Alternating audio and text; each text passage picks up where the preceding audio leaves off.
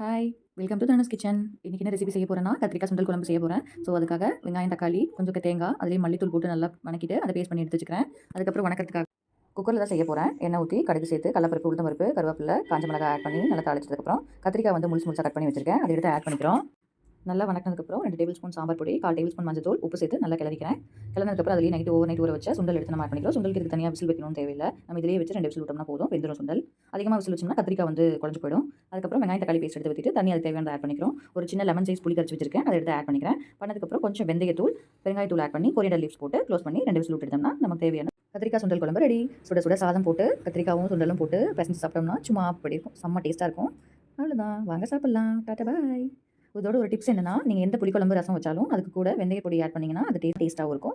Like பண்ணுங்க, comment பண்ணுங்க, share பண்ணுங்க. மறக்காம சப்ஸ்கிரைப் பண்ணுங்க. யாருக்கெல்லாம் கத்திரிக்காய் சுண்டல் குழம்பு பிடிக்கும்னு மறக்காம கமெண்ட் பண்ணுங்க. பாய்.